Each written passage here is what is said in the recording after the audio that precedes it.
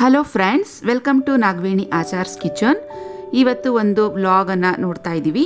So ಈ ವ್ಲಾಗಲ್ಲಿ dry fruits ಬಗ್ಗೆ ನಿಮಗೆ ಸ್ವಲ್ಪ ಮಾಹಿತಿ ಕೊಡೋಣ ಅಂತ ಹೇಳಿ. ನಿಮಗೆಲ್ಲ ಗೊತ್ತಿರೋ ಹಾಗೆ ದ್ರಾಕ್ಷಿ, ಗೋಡಂಬಿ, ಬಾದಾಮಿ, ಖರ್ಜೂರ, ಅಂಜೂರ, ಪಿಸ್ತಾ ಇವಿಷ್ಟೇ ಅಲ್ವಾ ಡ್ರೈ ಫ್ರೂಟ್ಸ್ ಅಂದರೆ ಗೊತ್ತಿರೋದು. ಆದರೆ ಇವುಗಳನ್ನು ಬಿಟ್ಟು ನೂರಾರು ವೆರೈಟಿಯಷ್ಟು ಡ್ರೈ ಫ್ರೂಟ್ಸ್ಗಳು ಇದ್ದಾವೆ. ನಮಗೆ ಗೊತ್ತಿಲ್ಲದಿರೋ ರೀತಿಯಂಥ ಡ್ರೈ ಫ್ರೂಟ್ಸ್ಗಳಿದ್ದಾವೆ. ಅದರಿಂದ ತುಂಬ ಅಂದರೆ ತುಂಬ ಉಪಯೋಗಗಳಿದ್ದಾವೆ. ನಮಗೂ ಗೊತ್ತಿರಲಿಲ್ಲ. ಮನೆ ಹತ್ರನೇ ಒಂದು ಡ್ರೈ ಫ್ರೂಟ್ಸ್ ಅಂಗಡಿ ಓಪನ್ ಆಗಿತ್ತು. ಸೊ ಹೋಗೋಣ ಅಂತೇಳಿ ವಿಸಿಟ್ ಕೊಟ್ಟೆ. ಮೊದಲೊಂದು 2 ಬಾರಿ ಡ್ರೈ ಫ್ರೂಟ್ಸನ್ನು ಇಲ್ಲಿ ತೊಗೊಂಡಿದ್ದೀನಿ. ಇಷ್ಟ ಆಯಿತು, ಕ್ವಾಲಿಟಿ ತುಂಬಾ ಚೆನ್ನಾಗಿರುತ್ತೆ. ಸೊ ಅದರಿಂದ ಮತ್ತೆ ಇನ್ನೊಂದು ಸತಿ ಹೋಗೋಣ ಅಂಥೇಳಿ ಡ್ರೈ ಫ್ರೂಟ್ಸ್ ತೊಗೊಳಕ್ಕೆ ಅಂತ ಹೋಗಿದ್ದೆ. ಇಲ್ಲಿ ವೆರೈಟೀಸ್ ಆಫ್ ಡ್ರೈ ಫ್ರೂಟ್ಸ್ ಇತ್ತು. ಬ್ರೆಜಿಲಿಯನ್ ನಟ್ಸ್ ಅಂತೆ ನೋಡಿ, ಈಗ ನೋಡ್ತಿರೋಂಥದ್ದು ಸೇಮ್ ಹಲಸಿನ ಬೀಜದ ಥರನೇ ಇತ್ತು. ಆದರೆ ಟೇಸ್ಟ್ ಮಾಡಿದ್ದು ನೋಡಿದ್ವಿ, ಇದು ಖಂಡಿತ ಹಲಸಿನ ಹಣ್ಣಲ್ಲಿ ಸಿಗುವಂಥ ಹಲಸಿನ ಬೀಜ ಅಂತೂ ಅಲ್ಲ. ತುಂಬ ವೆರೈಟಿಯಾದ ಬೆರೀಸ್ ಇತ್ತು. Blue berries, red berries, black berries, ಈ ರೀತಿಯಾದ ಬೆರೀಸ್ ಇತ್ತು. ಬ್ಲೂ ಬೆರೀಸ್ ಹಾಗೂ ಬ್ಲ್ಯಾಕ್ ಬೆರೀಸು ಡಯಾಬಿಟಿಕ್ ಪೇಷಂಟ್ಸ್ಗೆ ತುಂಬಾ ಒಳ್ಳೆಯದು ಅಂತ ಹೇಳಿದ್ರು. ಆಮೇಲೆ ರೆಡ್ ಬೆರೀಸ್ ಏನು ನಾವು ನೋಡ್ತಾ ಇದ್ದೀವಿ, ಈ ರೆಡ್ ಬೆರೀಸಲ್ಲಿ ಹೆಚ್ಚು ಪ್ರಮಾಣದ ಪ್ರೋಟೀನ್ಸ್ ಇದೆಯಂತೆ, ಆ್ಯಂಟಿ ಆಕ್ಸಿಡೆಂಟ್ಸ್ ಇದೆಯಂತೆ. ಸೊ ಇದರಿಂದ ನಮ್ಮ ಸ್ಕಿನ್ ಗ್ಲೋನೆಸ್ಗೆ ಹೆಲ್ಪ್ ಮಾಡುತ್ತೆ. ಅಲ್ಲದೆ ಬ್ಲಡ್ ಕಮ್ಮಿ ಇರುವಂಥವ್ರು ಈ ರೆಡ್ ಬೆರೀಸನ್ನು ಡೈಲಿ 2 ತಿಂತಾ ಇದ್ರೆ ಚೆನ್ನಾಗೇ ಬ್ಲಡ್ ಕೂಡುತ್ತೆ ಅಂತ ಕೂಡ ಹೇಳಿದ್ರು.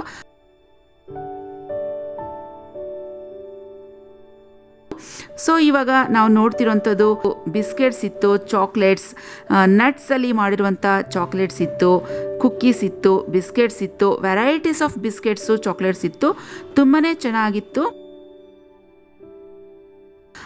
ಅಂಗಡಿಯಲ್ಲಿ ತುಂಬ ಚೆನ್ನಾಗಿ ಒಂದೊಂದು ಐಟಮ್ಸನ್ನು ತುಂಬ ಹೈಜಿನಿಕ್ ಆಗಿ ಇಟ್ಟಿದ್ರು. ತುಂಬ ಕ್ಲೀನ್ಲಿನೆಸ್ ಮೇಂಟೈನ್ ಮಾಡಿದರು. ಪ್ರತಿಯೊಂದು ಐಟಮ್ಮು ತುಂಬಾ ಚೆನ್ನಾಗಿತ್ತು. ರೇಟ್ಸು ಸ್ವಲ್ಪ ರೆಗ್ಯುಲರ್ಗಿಂತ ಸ್ವಲ್ಪ ಜಾಸ್ತಿ ಇತ್ತು. ಆದರೆ ಆ ಕ್ಲೀನ್ಲಿನೆಸ್ ಮುಂದೆ ರೇಟ್ಸ್ ಏನೂ ಇಲ್ಲ ಅನ್ನಿಸ್ತು ನನಗೆ.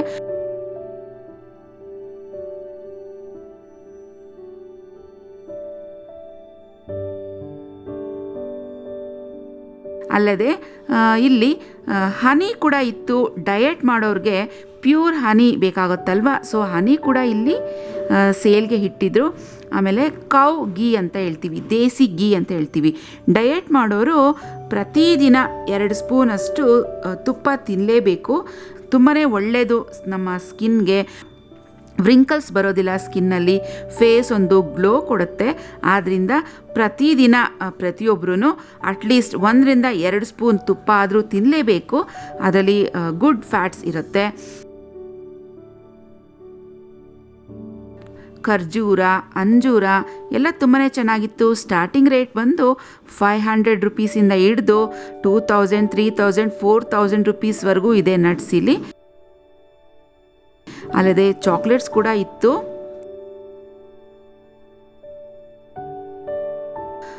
ಮಿಕ್ಸೆಡ್ ನಟ್ಸ್ ಇತ್ತು, ಅದು ಚೆನ್ನಾಗಿತ್ತು. ನೋಡಿ, ಪ್ರತಿಯೊಂದು ಐಟಮನ್ನು ಕ್ಲೀನಾಗೆ ಗ್ಲಾಸ್ ಜಾರಲ್ಲಿ ಹಾಕಿ ಇಟ್ಟಿರ್ತಾರೆ. ಕೈಗೆ ಗ್ಲೌಸ್ ಹಾಕಿ ಅದನ್ನು ಟಚ್ ಮಾಡ್ತಾರೆ ಅವರು. ನಮಗೆಲ್ಲ ಟಚ್ ಮಾಡೋದಕ್ಕೆ ಬಿಡೋದಿಲ್ಲ. ಈ ಅಂಗಡಿ ಎಲ್ಲಿ ಬರುತ್ತೆ ಅಂತ ಹೇಳಿದ್ರೆ ರಾಜಾಜಿನಗರ್ ವಾರಿಯರ್ಸ್ ಬೇಕ್ರಿ ಬರುತ್ತೆ. ವಾರಿಯರ್ಸ್ ಬೇಕ್ರಿ ಆಪೋಸಿಟ್ ರೋಡ್ನಲ್ಲಿ ಟುವರ್ಡ್ಸ್ ಶಿವನಗರ್ಗೆ ಹೋಗೋ ರೂಟ್ನಲ್ಲಿ ಈ ಅಂಗಡಿ ಇದೆ. ಸೊ ಯಾರೆಲ್ಲ ರಾಜಾಜಿನಗರಲ್ಲಿ ಇದ್ದೀರೋ ಒಮ್ಮೆ ಈ ಡ್ರೈ ಫ್ರೂಟ್ಸ್ ಅಂಗಡಿಗೆ ನೀವು ಭೇಟಿ ಕೊಡ್ಬೋದು.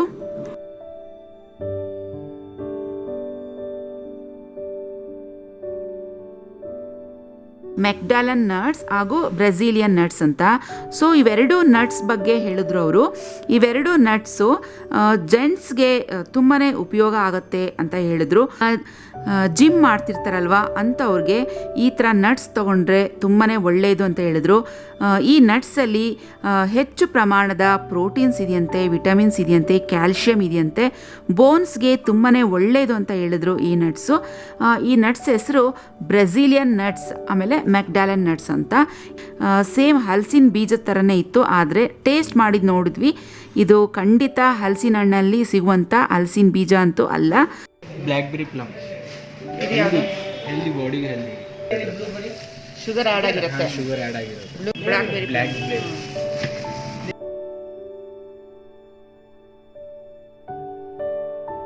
ಪೈನಾಪಲ್ ಬಾರ್ ಎಷ್ಟು ಕೆ ಜಿ ಇದೆ ಇದು? 600 rupees kg. ಕ್ಯಾಲ್ಶಿಯಂಗೆ. ಹಾಂ, ಹೆಲ್ದಿ ಫುಡ್.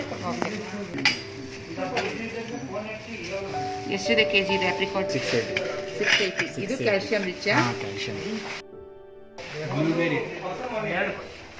ಪ್ರತಿಯೊಂದು ನಟ್ಸ್ ಬಗ್ಗೆ ಅವರು ಯೂಸಸ್ ಹೇಳ್ತಾ ಇದ್ರು. ಅದರ ಯೂಸಸ್ ಹೇಳಿದ ನಂತರ ಒಂದೊಂದು ಟೇಸ್ಟ್ಗೆ ಸ್ಯಾಂಪಲ್ ಕೂಡ ಕೊಡ್ತಾಯಿದ್ರು. ಸೊ ನಾವು ತಿಂದು ನೋಡಿ ನಮಗೆ ಇಷ್ಟ ಆದರೆ ತೊಗೋಬೋದಾಗಿತ್ತು. ಡ್ರೈ ಫ್ರೂಟ್ಸನ್ನು ತಂದಿಟ್ಟು 2 days ಆಗಿಬಿಟ್ಟಿತ್ತು. ಸೊ ಅದನ್ನೆಲ್ಲ ಒಂದು ಜಾರ್ಗೆ ಫಿಲ್ ಮಾಡಬೇಕಾಗಿತ್ತು, ಟೈಮ್ ಇರಲಿಲ್ಲ.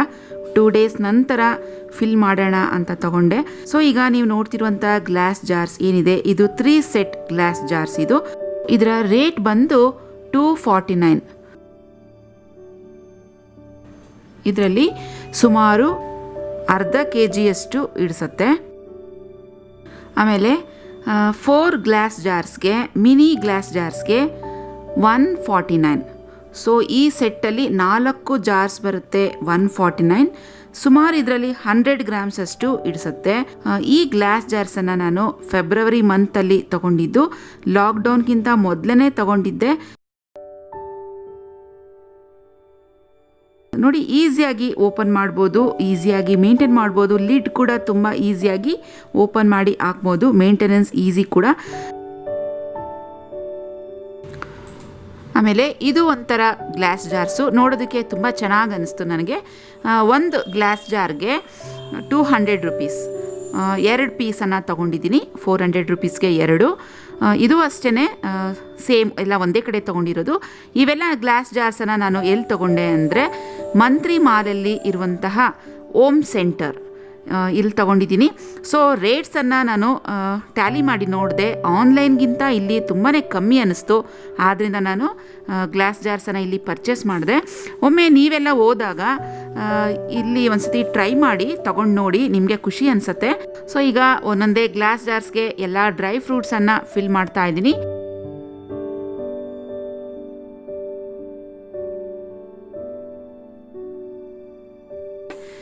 ಮೊದಲಿಗೆ ನಾನು ಗೋಡಂಬಿ ಫಿಲ್ ಮಾಡಿದೆ, ನಂತರ ಇವಾಗ ದ್ರಾಕ್ಷಿ ಹಾಕ್ತಾ ಇದ್ದೀನಿ. ನೋಡಿ, ಈ ಗ್ಲಾಸ್ ಜಾರಲ್ಲಿ ಸುಮಾರು ಅರ್ಧ kg ಇಡಿಸುತ್ತೆ. ನೆಕ್ಸ್ಟ್ ನಾನು ವಾಲ್ನಟ್ಸ್ ತಗೊಂಡೆ. ಈ ವಾಲ್ನಟ್ಸು ಬ್ರೈನ್ಗೆ ತುಂಬಾ ಒಳ್ಳೆ ಫುಡ್ ಅಂತಲೇ ಹೇಳ್ಬೋದು. ಬೆಳೆಯುವಂಥ ಮಕ್ಕಳಿಗೆ ಈ ವಾಲ್ನಟ್ಸನ್ನು ಡೈಲಿ 2 ಕೊಟ್ಟರೆ ತುಂಬ ಒಳ್ಳೆಯದು. ಈ ವಾಲ್ನಟ್ಸ್ ಏನಿದೆ, ಇದು ನೋಡೋದಕ್ಕೆ ಬ್ರೈನ್ ಶೇಪಲ್ಲೇ ಇದೆ. ಆದ್ದರಿಂದ ಇದು ಬ್ರೈನ್ಗೆ ತುಂಬಾ ಒಳ್ಳೆಯದು, ಮೆಮೊರಿ ಪವರನ್ನು ಇನ್ಕ್ರೀಸ್ ಮಾಡುತ್ತೆ. ಮಕ್ಕಳಲ್ಲದೆ ದೊಡ್ಡವರು ಸಹ ಡೈಲಿ ಇದನ್ನು 2 ತೊಗೊಬೋದು. ಡಯಟ್ ಮಾಡೋರು 2 ಬಾದಾಮಿ 2 ವಾಲ್ನಟನ್ನು ತೊಗೊಳ್ಬೋದು. ನಾನು ತೊಗೊಂಡಿರುವಂಥ ವಾಲ್ನಟ್ಟು ಸ್ವಲ್ಪ ಫೈನ್ ಕ್ವಾಲಿಟಿದು, ಸೊ ಅದರಲ್ಲಿ ಕಹಿ ಬರೋದಿಲ್ಲ. ಕೆಲವು ವಾಲ್ನಟ್ಸು ಕಹಿ ಬರುತ್ತೆ, ಸೊ ನೋಡಿಕೊಂಡು ನೀವು ವಾಲ್ನಟ್ಸನ್ನು ಪರ್ಚೇಸ್ ಮಾಡ್ಬೋದು.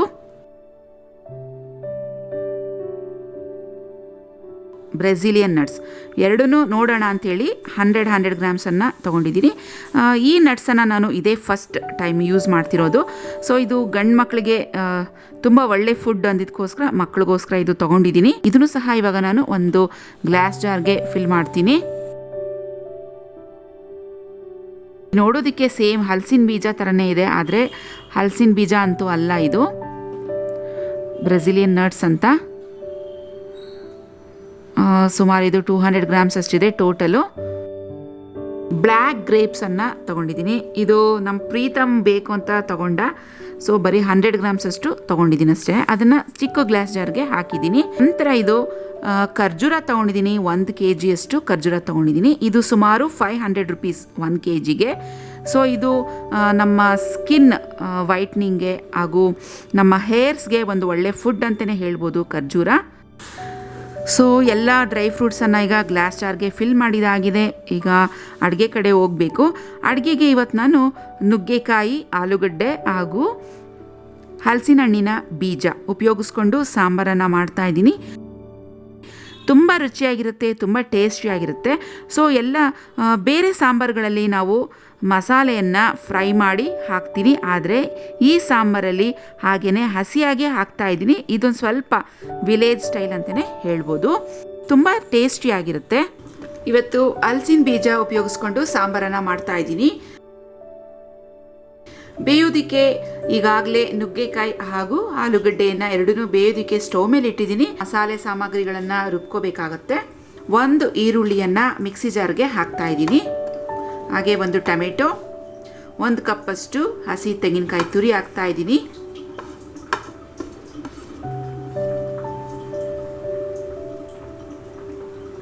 ಇದ್ರ ಜೊತೆಗೆ ಸಾಂಬಾರ್ ಪುಡಿ 2 ಸ್ಪೂನಷ್ಟು ಹಾಕ್ಕೊಳ್ಳೋಣ.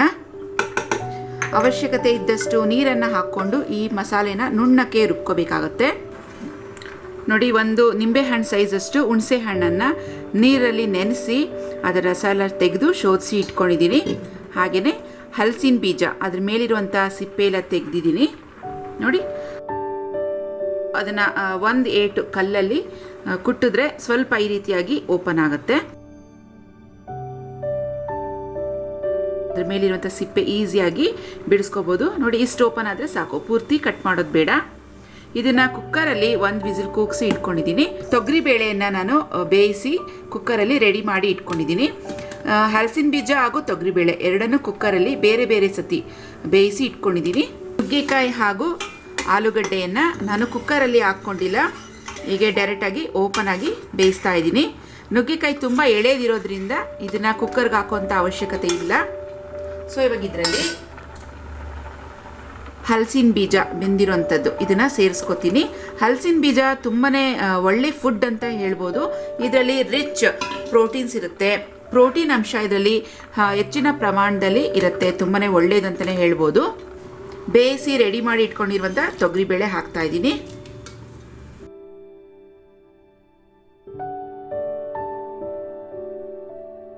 ಮಸಾಲೆ ರುಬ್ಬಿರೋದು ಹಾಕೋಣ. ಇದೆಲ್ಲ ಒಂದ್ಸತಿ ಚೆನ್ನಾಗಿ ಮಿಕ್ಸ್ ಮಾಡ್ಕೊಳ್ಳೋಣ.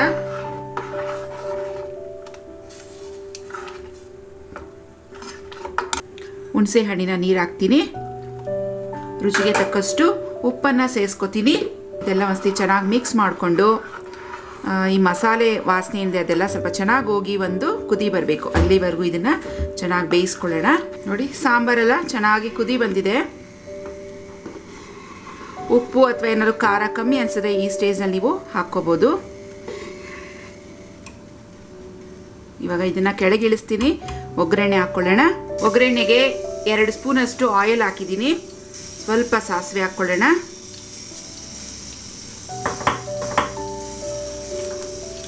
ಸಾಸಿವೆ ಚಿಟಪಟ ಅಂದಮೇಲೆ 1 ಬೆಳ್ಳುಳ್ಳಿ ಹಾಗೂ ಸ್ವಲ್ಪ ಕರಿಬೇವನ್ನು ಇಟ್ಕೊಂಡಿದ್ದೀನಿ. ಬೆಳ್ಳುಳ್ಳಿಯನ್ನು ಸ್ವಲ್ಪ ಜಜ್ಜಿ ಹಾಕಬೇಕು.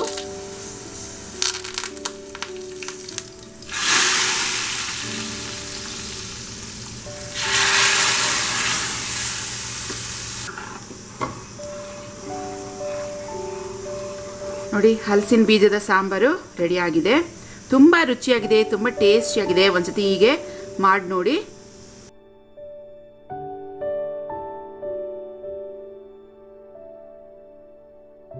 ಫ್ರೆಂಡ್ಸ್, ನೀವೆಲ್ಲ ನಮ್ಮ ಫ್ಯಾಮಿಲಿಯ ಇನ್ನೊಬ್ಬ ಮೆಂಬರನ್ನು ಹುಡುಕ್ತಾ ಇದ್ದೀರಾ ಅಲ್ವಾ?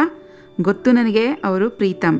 ಸೊ ಪ್ರತಿಯೊಂದು ವಿಡಿಯೋದಲ್ಲಿ ನೀವು ಪ್ರೀತಮ್ನ ಕೇಳ್ತಾ ಇರ್ತೀರಾ. ನಿಮ್ಮ ಪ್ರೀತಿಗೆ ಚಿರಋಣಿ. ಅಜ್ಜಿ ಮನೆಗೆ ಹೋಗಲೇಬೇಕು ಅಂತ ಗಲಾಟೆ ಮಾಡಿ ಚಿಕ್ಕಮಗಳೂರಿಗೆ ಹೋಗಿದ್ದಾನೆ. ಇವತ್ತು ಅವನಿಲ್ಲ. ನಾವಷ್ಟೇ ಕೂತ್ಕೊಂಡು ಊಟ ಮಾಡ್ತಾ ಇದ್ದೀವಿ.